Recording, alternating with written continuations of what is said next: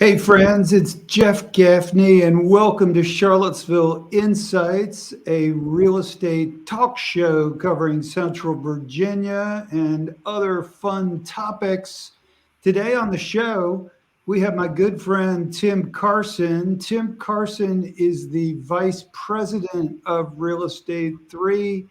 He specializes in virtually every facet of real estate, but I'll highlight some of his exemplary work: commercial, residential, property management, investment property. Tim, the list goes on. Did I miss anything?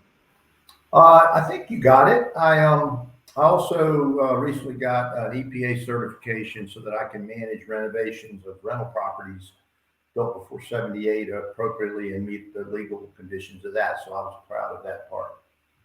What part of real estate is your favorite part? Meaning residential, commercial, property management. What do you like the most?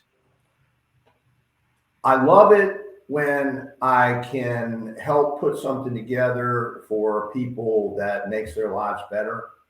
And so that could be a first-time home buyer or an owner who has an issue. Like I just did one where the mother had been living in the house a long time and it was in bad shape, and they had to get her some help at an elderly age. But I really love the investment commercial deals because the financial analysis and putting all that together is really fun and interesting for me.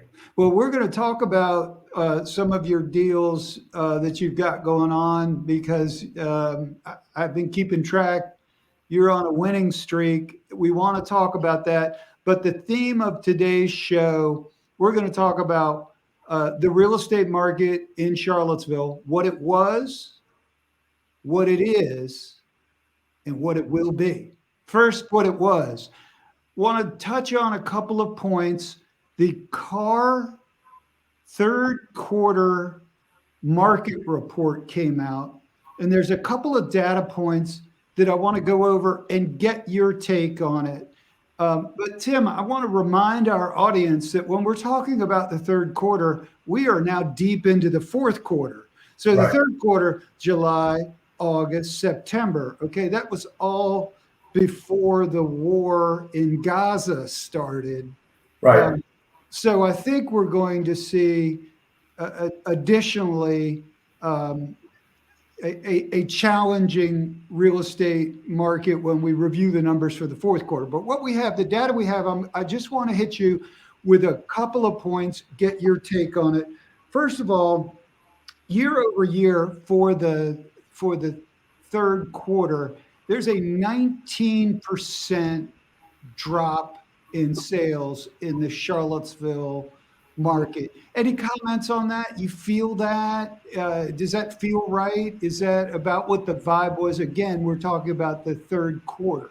Yeah, absolutely. I think that it's two things, and it's absolutely the fact that there is still no inventory, and especially related to the fact, since I've been in business 37 years, no matter what the market is, there's always a group of properties that are considered the best properties, highly desirable, and they will sell in any kind of market. So now throw in the fact there's no inventory. I wrote 2 offers for residential buyers in the last month, and in each cases they were in the 395 and the 425 range, and we were competing against 6 to 10 offers, and we offered equal or greater than listed price. There's still competitive bidding on those properties. But then throw into the fact that the interest rates went up, and that has stalled a lot of the market. So I think those two things is absolutely a factor in your stats. So I'm going to cover 4 points here again, real quick. In the third quarter market report, a 90% drop in sales, significant. Next is that we've actually seen, however, a 9% increase in the median price of homes. So home values have gone up, which is interesting to think about. Sales down, price up. But I'm assuming that relates to the lack of inventory. Is that going to be your point? Yeah, and both those two properties that were residential, they both sold it over listed. So I think that's definitely an indication of supply and demand.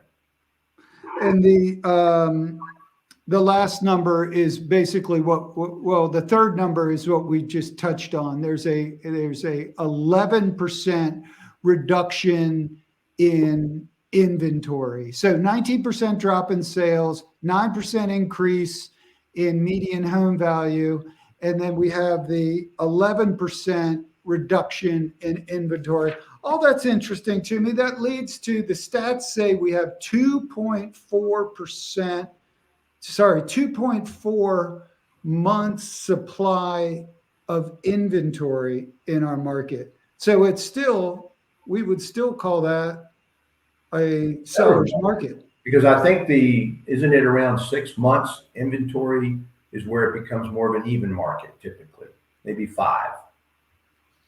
I have one more stat I want to read to you, and I pay attention because the builders in our area are very savvy. They watch what's going on in the marketplace in terms of risk and how much they want to build, how much product they want to put out when they want to cut inventory. I found this interesting. Building permits are down from last year 33%. And so when I dig through the data, again, Carr does a great job with the data. It's 27 pages worth of data. But to see what jumped off the page to me was the 33% decline in building permits. Builders know something's up. Well, I think that still relates to lack of inventory. They can't build without land. Good point.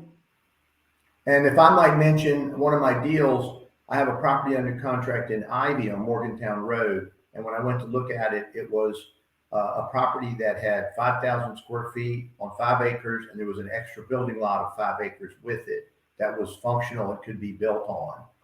The house was a wonderfully built house in the 80s, but nothing had been done to it over the years.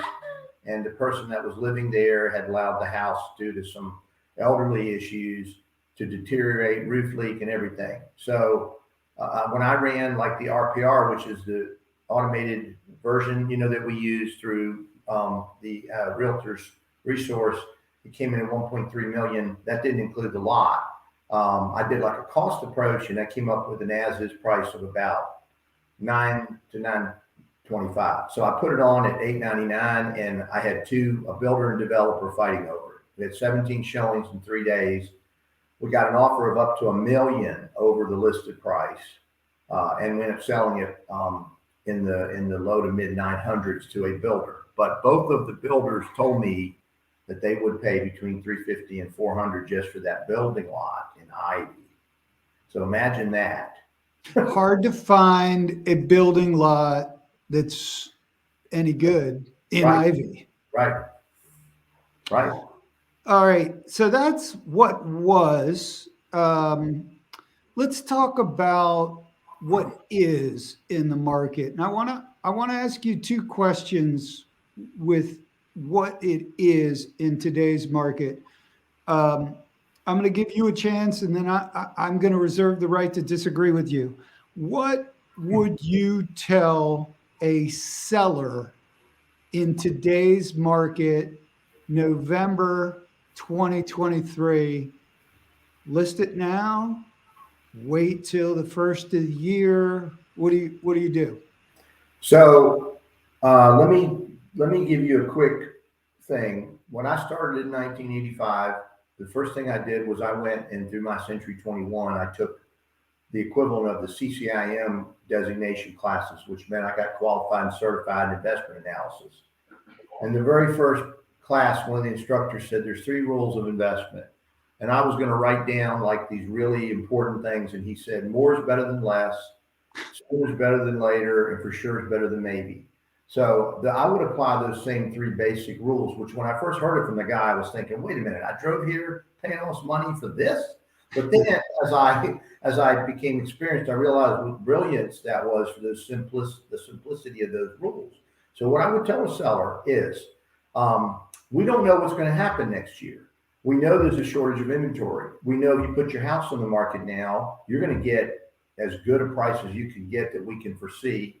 I don't believe it's going to get any better next year, but we do have a presidential election year. So right now there's less inventory, which means there's even greater demand. So I would take and get the property on the market, or I would get it ready to go on the market after the holiday. That's my advice.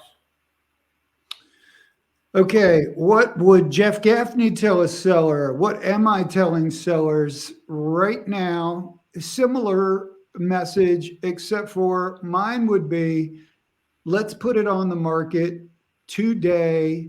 Don't wait for after the holidays, because part of this has to do with the geopolitical climate. Mm-hmm.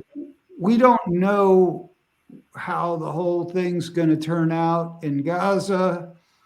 Right now, it's doing what it's doing, but it hasn't had an incredible impact on the market yet. It's contained. And so if I had a seller who was trying to really kind of time the market, I would consider November the beginning of the spring market. Yeah.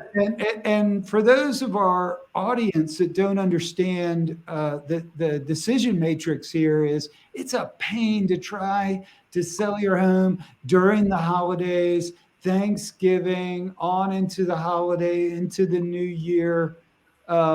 It's a pain, but we sell homes year round. And the advantage that you have, Tim, I sold one of my personal homes 1990 in November.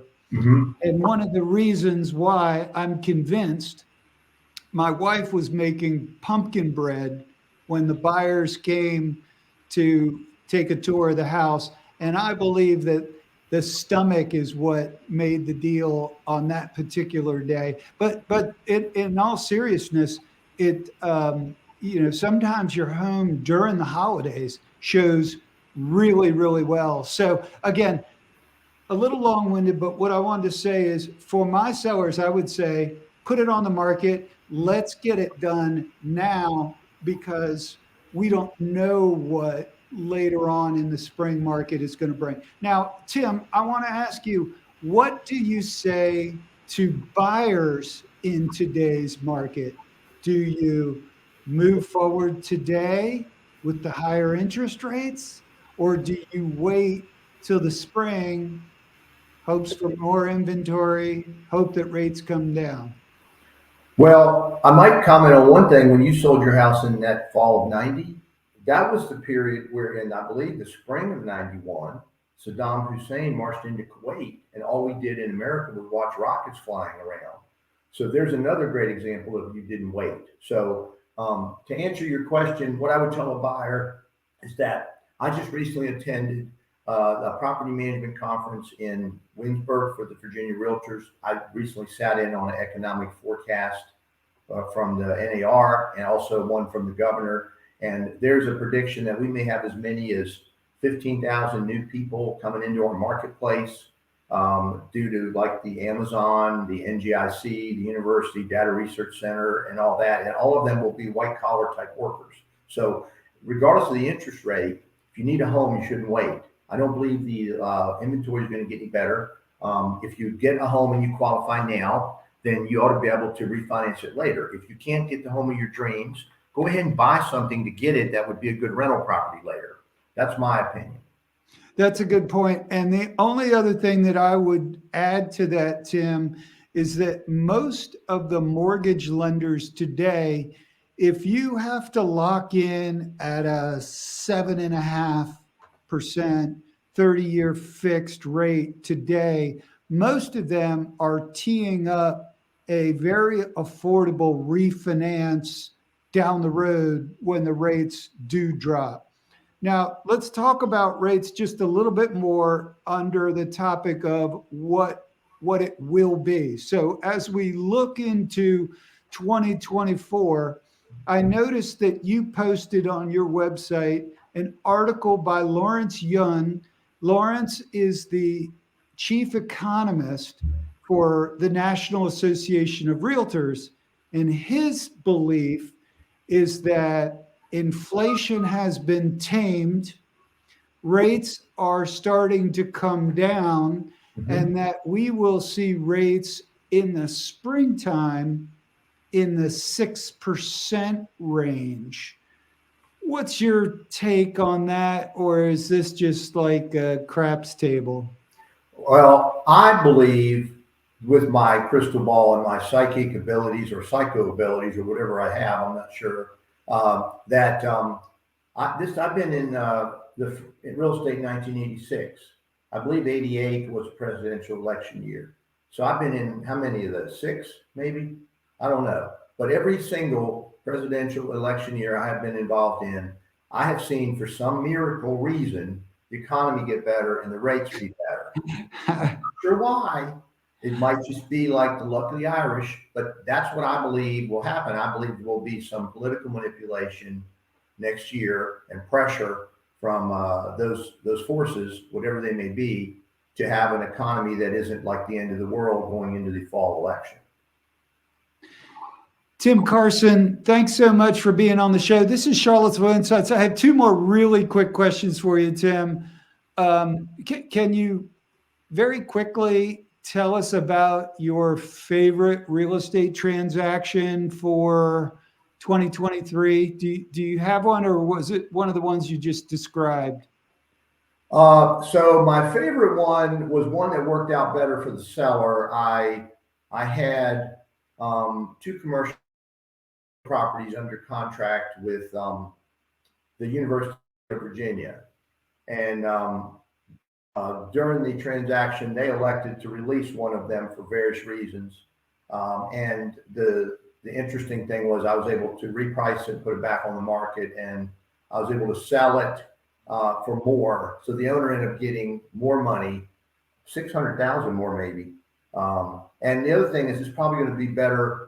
There's a group of diverse tenants in there. It's the property across from Bodo's that has the Asian market and a bakery and a Latino barber shop and restaurant. And so I think it's going to be nice. A local person bought it, and nothing against the University of Virginia. They do a lot of great things, but having a local investor buy that, I think it'll be really neat. You know, prices are really going up. Even the Wawa out there on Greenbrier, that lot sold for $3.7 million.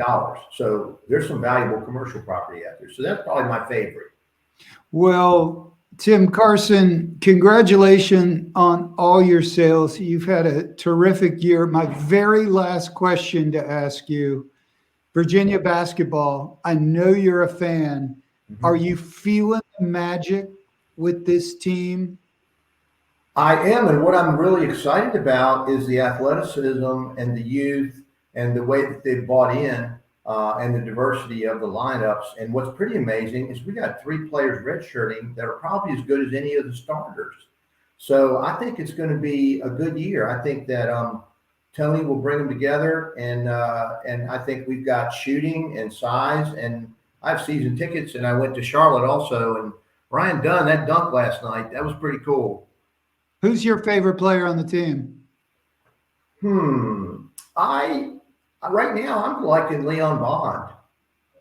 He comes in, he's like Mr. Energy. He's like he's like a special forces. I'm a big fan of Reese Beekman. Yes. And my wife thinks Isaac McKinney has the best jump shot